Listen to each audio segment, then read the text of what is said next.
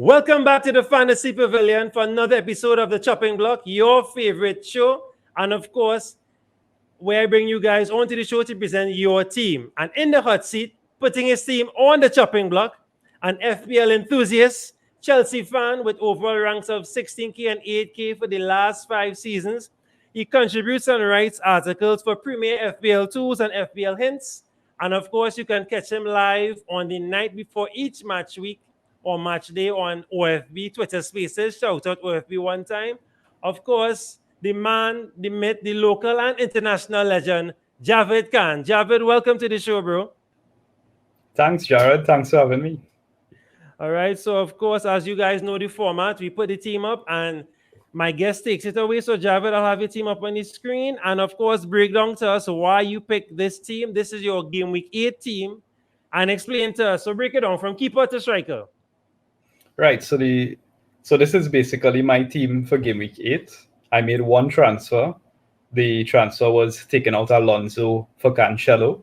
I think City have a brilliant run of fixtures, and I definitely need a City asset. And this team was basically set up from Game Week 6 where I wildcarded. I wildcarded in order to get Ronaldo in my team. So far, that hasn't paid out dividends, but hopefully he could haul against Leicester. Right. So to start off from keeper, as you suggested, I have Sanchez in goal. The reason why I have Sanchez is because of the Sanchez and Steele double up. In case Sanchez were to get injured, I have his backup keeper there. Right. So that's the reason behind it. And so far, Brighton has been good. Clearly, not too bad. Yeah. In the back. Then going to Cancelo. Well, I already said that Cancelo is there for Alonso. Rudiger is maybe the nailed-on player in the Chelsea defense. He has some attacking threat also from set pieces. You would see Rudiger booming up the box, making shots. Last game week, he had an assist to Lukaku that was ruled out. That would have been FPL goal for me. I'm not going to take on the yellow flag on him too much. I think he should be fit against Brentford. Yeah. The next person in the back line is White. White basically is a cheap way into the Arsenal defense that is locked on. I went with White just because he's nailed, and Arsenal, since Ramsdale has came in to being the keeper, he's actually doing good. I got a return from him last week, so that's he would stay there as my third defender, and he would be swapped with Livramento. So on the midfield, Rafinha, I think Rafinha is one of those budget midfielders that you need to have. And if he doesn't play, I have Livramento to come in, which I think Southampton is doing good right now. They could keep a clean sheet. Sa against Liverpool could score, but again, Sa was brought in because of the last two fixtures. He might be one that would leave my team for the next, maybe the next fixture or the following one. Mo Salah, gift from Allah. Nobody could doubt him. He is FPL goal. He is the top scoring FPL player so far. True. Going to go against the early fixture curse and Captain Salah, because I mean Salah is just on fire. Anything the man do, it just turns the goal. Correct. Ben Rama, he has been in my team since the start of the season. Okay. Ben Rama and Antonio, they were two players that I did an article for Premier Fantasy Tools on a parent strategy. The parent strategy worked perfectly in the first 4 game weeks. Benrahma has been unlucky in the last game week, not return.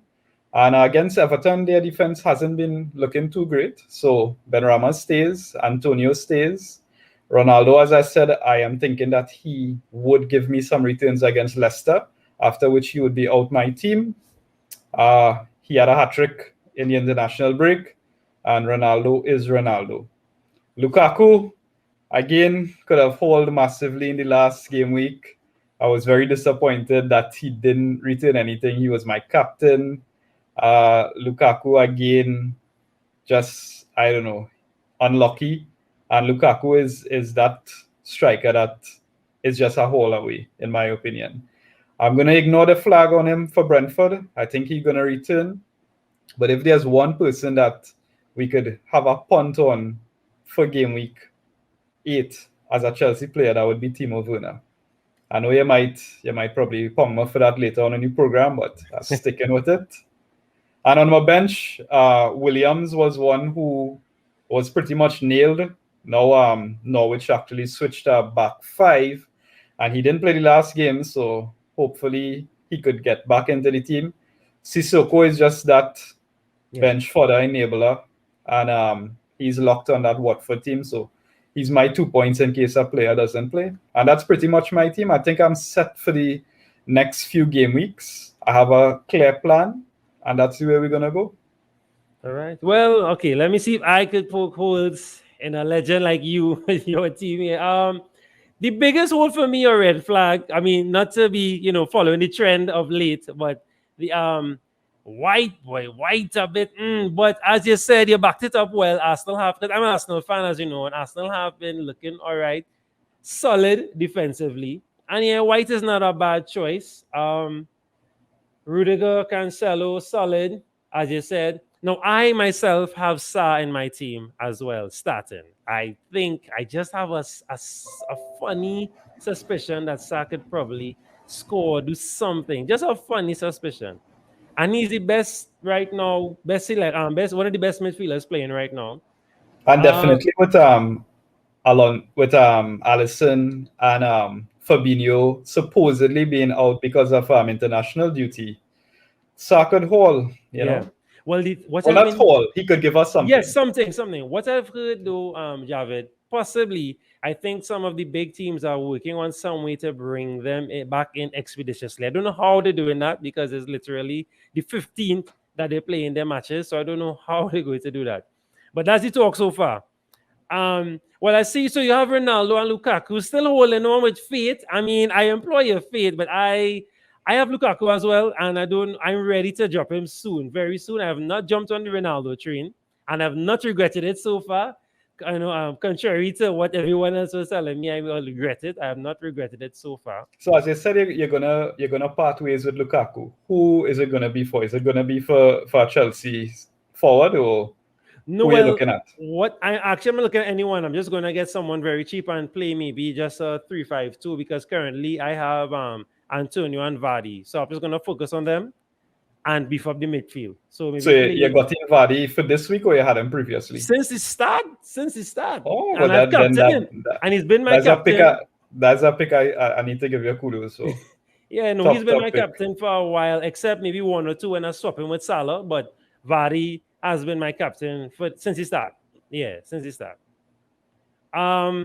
Just Ronaldo, but Ronaldo and Lukaku have not been too hot. But I mean, this is how it works. It works that way, you bank on these guys.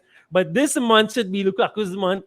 If not, game week 8, game week 9 should definitely be Lukaku day. I think that is my threshold for him. I will give him till game week 9 when you play Norwich, and then maybe I may sell him. Yeah, because I mean, if there's anything we could go on history for Lukaku is the flat track bully.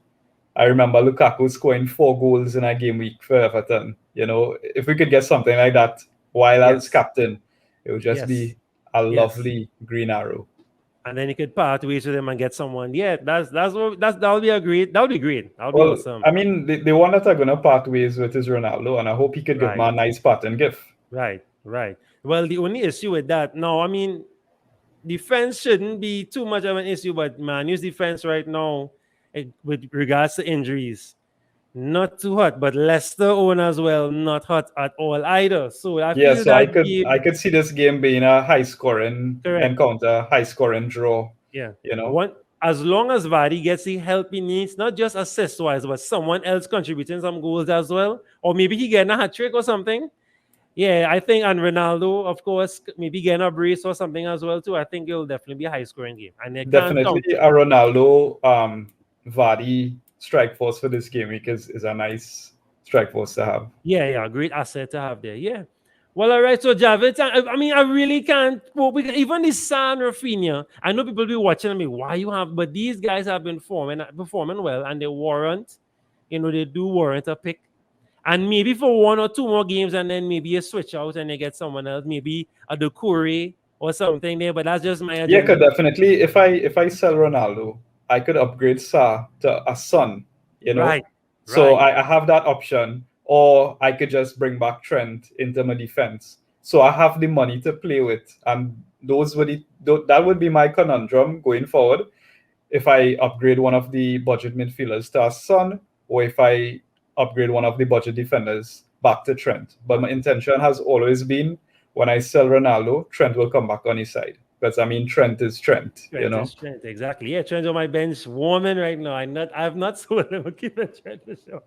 All right, so Javed, thanks very much. So that has been another episode of Chopping Block. So I'm being consistent. You got 2 episodes of Chopping Block there, guys. I'm trying to get more guests. If you guys want to be on the show, just slide in my DMs. My information will be below.